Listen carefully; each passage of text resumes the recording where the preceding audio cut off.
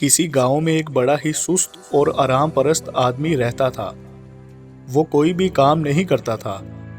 उसकी पूरी कोशिश होती थी कि बगैर कोई मेहनत किए, हाथ पांव हिलाए बगैर ही उसका पेट भरता रहे, उसकी जिंदगी गुजरती रहे। एक दिन वो सुबह को गांव में घूम रहा था और सोच रहा था कि खाने का इंतजाम कैसे होगा, किसके घर जाऊं, क्या करूं कि मुफ्त में ही मुझे कुछ खाने को मिल जाए।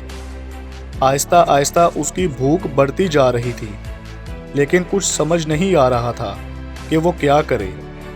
अचानक उसे ख्याल आया कि गांव से कुछ दूर फासले पर फलों का एक बाग है, वहां से ज़रूर मुझे कुछ खाने को मिल जाएगा। चलो वहां चलता हूँ। बाग में पहुंचकर अभी वो दरख्त के ऊपर चढ़कर फल तोड़ने ही वाला था कि उसे बाग के चौकीदार ने देख लिया। पकड़े जाने के डर से वो तेज तेज भागने लगा और एक जंगल में घुस गया। जंगल में गुजरते हुए उसने एक बूढ़े भेड़िए को देखा जिसकी पिछली दोनों टांगें कटी हुई थीं।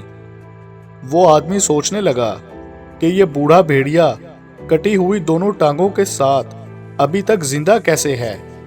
वो भूख से मर क्यों नहीं गया, क्योंकि दोनों टांगों से चलना तो बहुत दूर की बात है। वो कोई शिकार भी नहीं कर सकता था, अपना दिफा भी नहीं कर सकता था। इसकी जान को खतरा है। इतने खतरनाक और खूनख्वार जानवर हैं जो सिर्फ चंद मिनटों में ही इसे चीड़ फाड़ कर रख सकते हैं।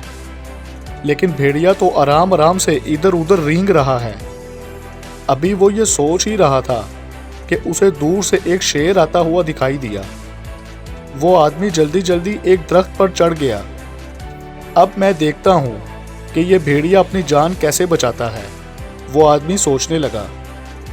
भेड़िया चूंकि कहीं भाग दौड़ नहीं सकता था, इसलिए वो अपनी जगह पर ही बैठा रहा। शेर आहिस्ता आहिस्ता चलता हुआ उस भेड़िए के बिल्कुल करीब आ गया तो आदमी ने देखा कि शेर के मुंह में गोश्त का एक बड़ा टुकड़ा है, जो उसने भेड़िए के पास रख दिया और वापस चला गया। वो आदमी हैरत से ये सारा अजीब मंजर देख रहा था। एक शेर भेड़िए को खाने की बजाय उसे खाना खिला रहा था। वो खुदा की कुदरत पर अश कर उठा और बेइख्तियार वो बोल उठा कि खुदा बड़ा ही रहीम और करीम है। वो अपनी मखलूक को कभी भी अकेला नहीं छोड़ता, वो सबका ख्याल रखता है। उसे यकीन हो गया कि खुदा ने हर किसी के लिए कोई ना कोई वसीला, कोई ना कोई जरिया रिज्क ज़रूर बनाया हुआ है। इसलिए खुदा ने मेरी मदद करने के लिए भी कुछ ना कुछ जरिया, कोई ना कोई वसीला ज़रूर बनाया होगा। जिस तरह इस लाचार माजूर भेड़िए की मदद करने के लिए खुदा ने शेर को रिज़्क देकर भेजा है, बिल्कुल इसी तरह खुदा ने मेरे लिए भी कोई ना कोई वसीला ज़रूर बनाया होगा।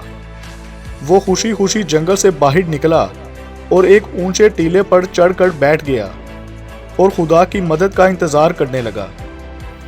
वो कई घंटों तक इंतज़ार करता रहा, मगर उसकी मदद के लिए कोई ना आया।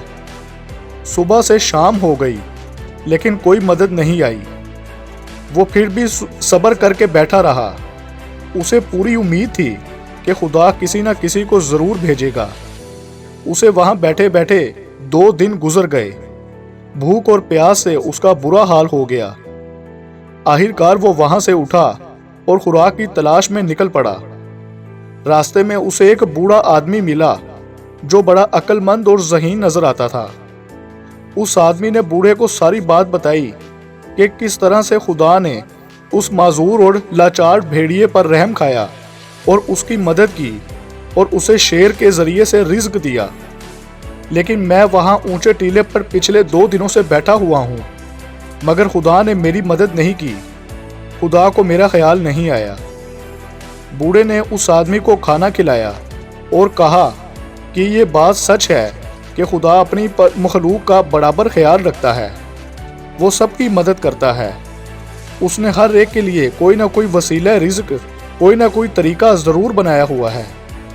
तुम भी उसके रिज़्क के वसीले में शामिल हो, लेकिन तुम खुदा की तरफ से आने वाले इशारे को नहीं समझ पाए। खुदा चाहता है, वो तुमको इशारा दे रहा है कि तुम शेर की तरह बनो نہ کہ معذور اور لاچار بھیڑیے کی طرح۔ دوسروں کے کھانے کھلانے والا بنو، دوسروں کی مدد کرنے والا بنو۔ زندگی میں بعض دفعہ ہم بھی خدا کے اشاروں کو سمجھ نہیں پاتے اور ان کا غلط مطلب نکالتے ہیں۔ خدا نے ہمیں اشرف المخلوقات بنایا ہے، ہمیں ہاتھ پاؤں عطا کیے ہیں، ہمیں ہمت دی ہے، طاقت دی ہے، ہماری صلاحیتیں ٹھیک کام کرتی ہیں۔ خدا ہر روز ہمیں ایک نئی زندگی دیتا ہے، نئی امید دیتا ہے۔ وہ چاہتا ہے کہ ہم کچھ نہ کچھ نیا کریں، کچھ نہ کچھ کر کے دکھائیں۔ اس نے ہم انسانوں کو کسی نہ کسی مقصد کے تحت ہی پیدا کیا ہے۔ وہ ہم سے کچھ کام لینا چاہتا ہے۔ اگر وہ ہم سے مایوس ہو چکا ہوتا، اگر وہ چاہے تو ہم کل کا سورج کبھی نہ دیکھ پائیں، لیکن وہ ہر روز ہمیں ایک نئی امید کے ساتھ پھر سے جگاتا ہے، ایک نئی زندگی جینے کے لیے، کیونکہ اس کے پاس ہمارے لیے ایک پلان ہے۔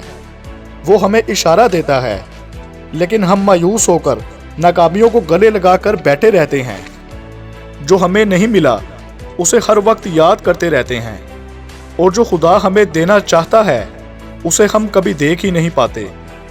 ہم خدا کے اشارے کو تب ہی سمجھ پائیں گے جب ہم پازیٹیو سوچیں گے، اپنی سوچ کو مثبت بنائیں گے، اچھے کی امید رکھیں گے، ہر چیز کا روشن پہلو دیکھنے کی عادت بنائیں گے، اچھے خیالات کا اظہار کریں گے، تو خدا کی طرف سے تمام بند دروازے بھی ہمارے لیے کھلنا شروع ہو جائیں گے۔